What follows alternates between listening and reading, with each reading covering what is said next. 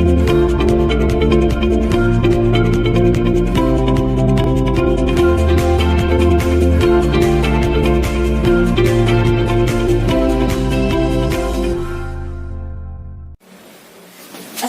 warahmatullahi wabarakatuh.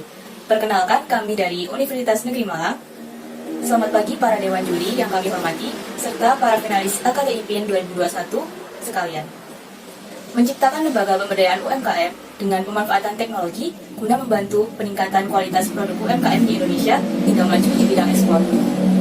Saya Karen Gisarden Kurnia akan menjelaskan mengenai latar belakang. Pertumbuhan ekonomi khususnya dalam bidang ekspor di Indonesia mendapatkan perhatian lebih oleh pemerintah. Berdasarkan data pada tahun 2019, nilai ekspor Indonesia mencapai 14 juta US dollar pada bulan Januari hingga 14,5 juta US dollar pada bulan Desember. Lalu pada tahun 2020 menjadi 13,75 juta US dollar pada bulan Januari, turun menjadi 10 juta US dollar pada bulan Mei. Ini merupakan dampak dari pandemi COVID-19. Naik lagi menjadi 12 juta US dollar pada bulan Juni hingga 16,25 juta US dollar pada bulan Desember. Pada tahun 2021, nilai ekspor Indonesia naik cukup drastis. Ini dikarenakan pemerintah telah lebih baik dalam menangani dampak dari pandemi COVID-19. Dilihat dari nilai ekspornya menjadi 15 juta US dollar pada bulan Januari hingga 18,75 juta US dollar pada bulan Juni. Atau usaha mikro kecil dan menengah memiliki peranan penting dalam perekonomian Indonesia. Yang pertama, pada krisis ekonomi tahun 1998, UMKM merupakan satu-satunya sektor yang bertahan. Yang kedua, jumlah UMKM mengalami peningkatan hingga pertengahan tahun 2021, yakni sebanyak 64 juta atau 99,9% dari keseluruhan usaha yang beroperasi di Indonesia. Yang ketiga, UMKM menampung 97% dari tenaga kerja yang ada. Dilihat dari grafik, 89%-nya berasal dari usaha mikro, 5%-nya berasal dari usaha kecil, 3%-nya berasal dari usaha menengah, dan sisanya 3% berasal dari usaha besar. Yang keempat, lebih dari 60% PDB atau produk domestik bruto berasal dari UMKM, 14,37%-nya dari sisa ekspor non-migas, dan 60,42%-nya merupakan penciptaan modal tetap atau investasi. Berdasarkan grafik di samping, kontribusi UMKM terhadap PDB dari tahun 2015 hingga tahun 2020, dapat terlihat bahwa pada tahun 2020 UMKM berkontribusi paling tinggi semenjak 6 tahun terakhir. Tetapi peran UMKM dalam bidang ekspor ini dirasa masih kurang jika harus dibandingkan dengan usaha besar. Sebagian besar UMKM di Indonesia masih mengoperasikan usahanya dengan cara tradisional, termasuk dalam produksi serta pemasaran. Permasalahannya dikarenakan masyarakat atau lebih tepatnya pengusaha UMKM kurang memahami cara pemanfaatan teknologi terkait dengan hal pemasaran produk, interaksi dengan konsumen, serta pengembangan produk dan layanan. Selanjutnya, tujuan dan manfaat. Yang pertama, mengetahui cara mengembangkan UMKM di Indonesia.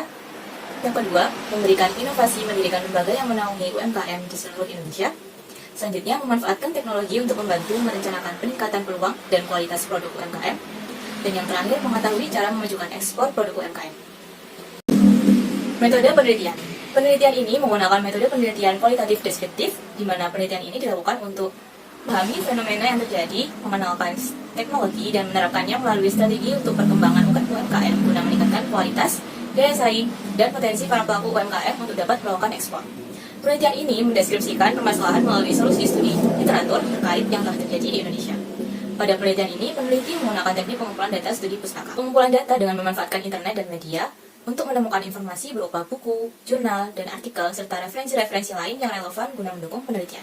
Data sekunder yang digunakan berasal dari dinas-dinas terkait seperti BPS, BI, LPPI, dan Kementerian Koperasi dan UKM. Perkenalkan, nama saya Dea Rahmadani. Di sini saya akan memaparkan dan menjelaskan mengenai hasil dan pembahasan karya ilmiah kami. Baik, saya akan menjelaskan menciptakan lembaga pemberdayaan UMKM.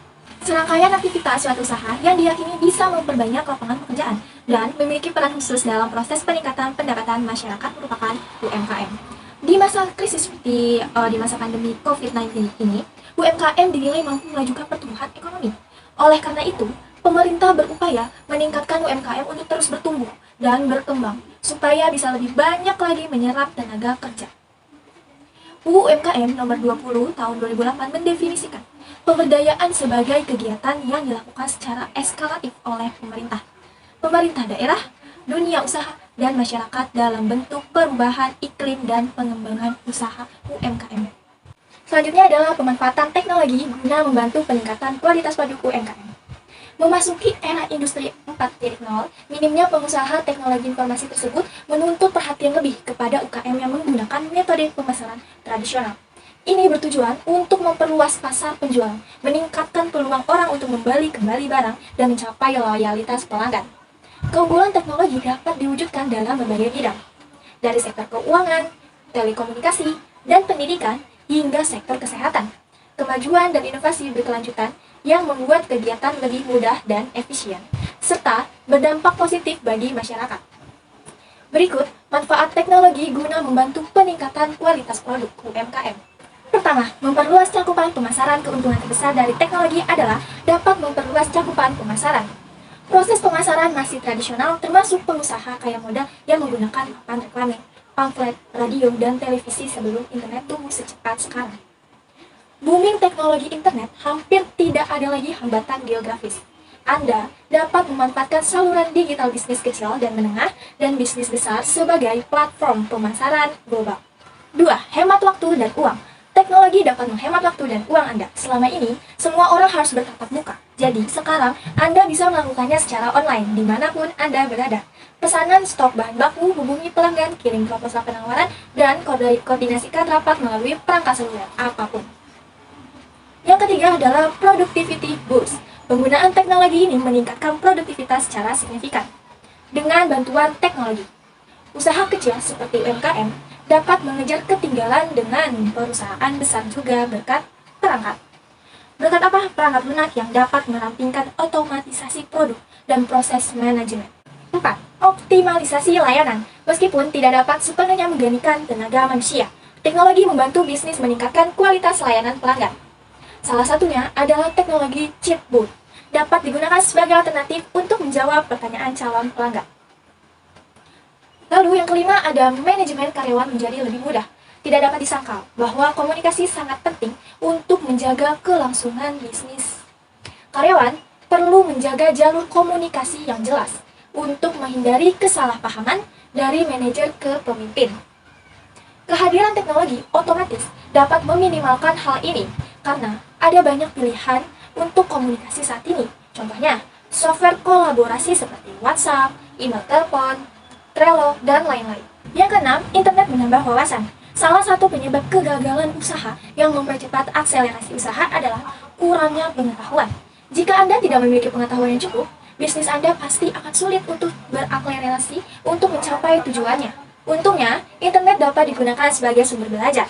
Dapatkan wawasan dari para pemimpin bisnis hanya dengan beberapa klik. Jika Anda beruntung, Anda bisa mendapatkan banyak tips and trick untuk mengembangkan bisnis. 7. Meminimalkan markup harga. Teknologi informasi memudahkan konsumen saat ini untuk membeli produk secara online. Alhasil, beberapa negara perlahan mulai membangun negara digital marketing, seperti website dan media negara, untuk meminimalisir calo. Keadaan ini tentu saja dapat mendatangkan keuntungan bagi konsumen dan produsen. Pasalnya, selain harga produk yang rendah, tidak menutup kemungkinan produk akan dikembalikan atau risiko kerusakan akibat penyimpanan jangka panjang oleh penjual. Membuka peluang untuk berekspansi.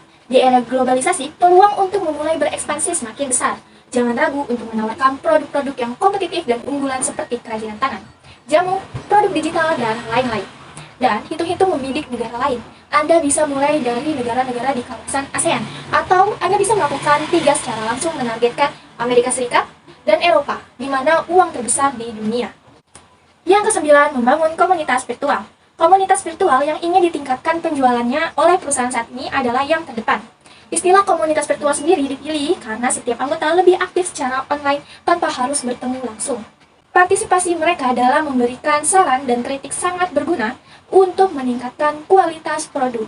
Lalu, kesimpulan dari karya tulis ilmiah ini adalah, berdasarkan Undang-Undang UMKM Nomor 20 Tahun 2008, mendefinisikan bahwa pemberdayaan sebagai kegiatan yang dilakukan secara ekskalatif oleh pemerintah daerah, dunia usaha, dan masyarakat dalam bentuk perubahan iklim dan pengembangan usaha UMKM. Dengan teknologi, UMKM sebagai usaha dominan di Indonesia diharapkan dapat menyaingi ekspor yang dilakukan oleh usaha besar yang telah lebih dulu unggul menggunakan teknologi untuk meningkatkan pendapatan negara. Pembangunan merupakan upaya pemerintah, dunia usaha, dan masyarakat untuk mendukung pertumbuhan, kapasitas, dan daya saing melalui promosi dan penguatan dukungan bagi usaha mikro, kecil, dan menengah. Saran dari penelitian karya ilmiah kami adalah, dengan adanya penelitian ini, Diharapkan masyarakat dapat memanfaatkan teknologi dalam UMKM untuk membantu peningkatan kualitas produk hingga maju dan menyaingi ekspor yang dilakukan oleh usaha besar yang telah lebih unggul dalam pemanfaatan teknologi.